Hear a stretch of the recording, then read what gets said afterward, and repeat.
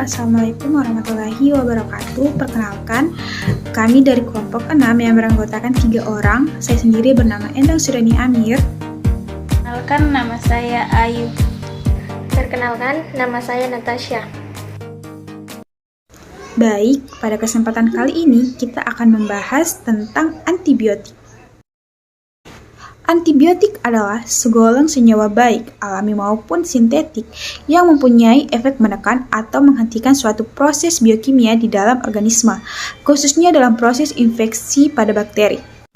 Antibiotik bekerja seperti pestisida, dengan menekan atau memutus suatu mata rantai metabolisme, hanya saja targetnya bakteri.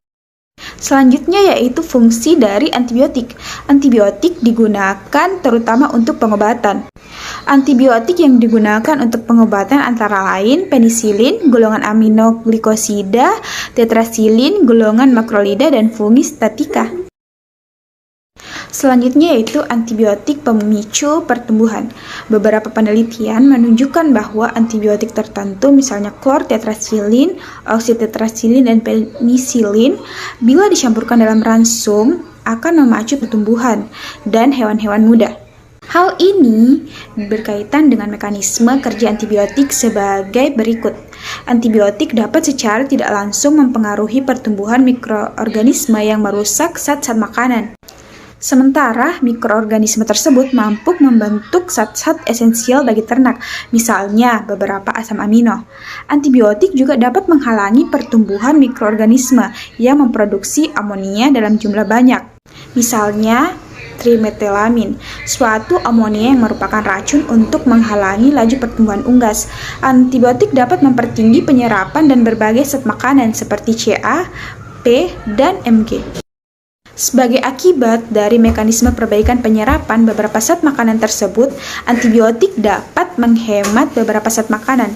Ini terjadi melalui pengaruh penipisan dinding saluran pencernaan. Penggunaan antibiotik bisa diibaratkan seperti pisau bermata dua. Di satu sisi, antibiotik ini akan memberikan manfaat dikala diberikan secara tepat. Namun, bukan hal yang tidak mungkin pemakaiannya juga akan menimbulkan efek negatif. Antibiotik awalnya ditemukan oleh Alexander Fleming pada tahun 1928 dan pada saat itu dinamakan penisilin G. Awalnya secara tidak sengaja kapang tumbuh di sediaan bakteri pada cawan petri yang lupa dibersihkan. Nah, di bagian tumbuhnya kapang itu bakteri tidak ada yang berkembang dan pada kondisi ini menstimulasi Alexander untuk melakukan penelitian dan dari sanalah ditemukan antibiotik. Karakteristik suatu antibiotik yaitu memiliki aktivitas menghambat atau bakteriostatik dan membunuh atau bakterisid mikroorganisme patogen. Toksisitas antibiotik yang bersifat selektif di mana antibiotik ini aman bagi ayam namun bersifat racun atau toksik bagi mikroorganisme patogen. Penggolongan antibiotik. Antibiotik ini digolongkan berdasarkan luas efektif kerjanya. Yang pertama, antibiotika narrow spectrum, yaitu antibiotik yang berkhasiat terhadap sekelompok mikroba saja. Misalnya, penisilin hanya efektif terhadap bakteri gram positif, sedangkan streptomycin efektif kerjanya terutama terhadap bakteri gram negatif. Yang selanjutnya yaitu antibiotika broad spektrum, yaitu antibiotik yang berkhasiat bagi terhadap bakteri gram positif maupun bakteri gram negatif. Sebagai contoh adalah tetrasilin dan chlorampenisol. Antibiotik golongan ini biasanya digunakan pada saat gejala ayam sakit. Berdasarkan sifatnya terbagi menjadi beberapa. Yang pertama itu bakteriostatik. Antibiotik yang bersifat bakteriostatik bekerja dengan cara menghambat pertumbuhan bakteri melalui mekanisme hambatan sintesis protein.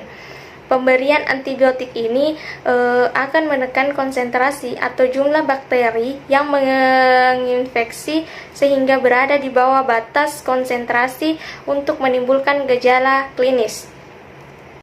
Yang kedua yaitu antibiotik yang bersifat bakteriostatik, antara lain golongan makrolida, tetrasiklin, sulfonamida, dan diaminoprimidin yang terdapat pada tifural, koksoksi, dan doxyfet. Ketiga yaitu bakterisid. Bakterisid ini merupakan antibiotik yang bekerja membunuh bakteri. Mekanisme kerjanya dengan menghambat pembentukan dinding sel dan membran sel maupun menghambat pembentukan DNA atau inti sel. Yang keempat yaitu aminoglikosida, fluoroquinolon, penisilin, dan peptida yang merupakan golongan antibiotik yang bersifat bakterisid. Contoh produknya antara lain yaitu gentamin, vetstrap, proxansi, dan neomeditril. Saya akan melanjutkan tentang berdasarkan struktur kimianya.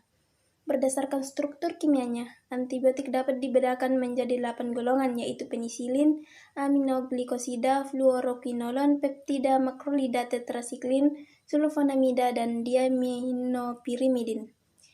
Penisilin. Penisilin merupakan antibiotik yang bersifat bakterisid atau membunuh, gram-negatif. Antibiotik hasil penemuan Fleming ini mudah diserap oleh tubuh melalui usus dan cepat masuk ke darah. Aminoglikosida. Antibiotik yang mengandung amino dan glikosida ini bekerja secara langsung pada ribosom bakteri, membran sel, dan menghambat sintesa protein sehingga bakteri akan mati atau bakterisid. Antibiotik ini hendaknya dihindari karena akan memicu kerusakan ginjal yang lebih parah. Contoh obat yang mengandung antibiotik golongan aminoglikosida adalah gentamin, kanamin, dan vetstrap. Ketika kontak dengan bakteri, fluoroquinolon akan menyerang inti sel atau DNA bakteri dengan menghambat enzim DNA GIRAS. Mekanisme ini akan mengakibatkan bakteri mati atau bakterisid. Aplikasi pemberiannya dapat dilakukan secara oral atau melalui saluran pencernaan maupun injeksi, baik subkutan atau intramuskuler.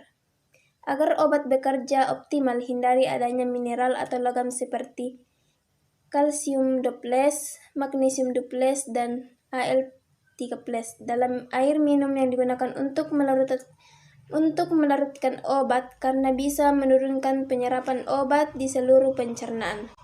Peptida. Antibiotik ini bekerja aktif membunuh bakterisid, bakteri gram-negatif dengan cara merusak atau menghambat membran sel. Antibiotik golongan ini tidak diserap oleh usus sehingga lokasi kerjanya bersifat lokal. Obat yang mengandung antibiotik golongan peptida relatif jarang, biasanya dikombinasikan dengan golongan lain untuk meningkatkan potensi dan spektrum kerjanya seperti amoksitin dan tikotil. Tetrasiklin. Tetrasiklin merupakan antibiotik yang bersifat bakteriostatik atau menghambat pertumbuhan bakteri dengan cara menghambat sintetis protein dengan berikatan pada ribosom. Cara aplikasi antibiotik golongan tetrasiklin bisa dilakukan melalui oral maupun suntikan, atau subkutan atau intramuskuler. Dari diaminopyrimidin. Antibiotik golongan ini bersifat bakteriostatik. Mekanisme kerja dari antibiotik ini ialah menghambat sintetis atau pembentukan asam folat. Pemberiannya efektif untuk mengatasi serangan bakteri gram positif dan gram negatif. Aplikasinya dapat dilakukan secara oral maupun suntikan, baik subkutan maupun injeksi. Antibiotik ini biasanya dikombinasikan dengan golongan sulfonamida untuk meningkatkan daya kerjanya dan menurunkan tingkat resistensi bakteri terhadap kedua antibiotik ini.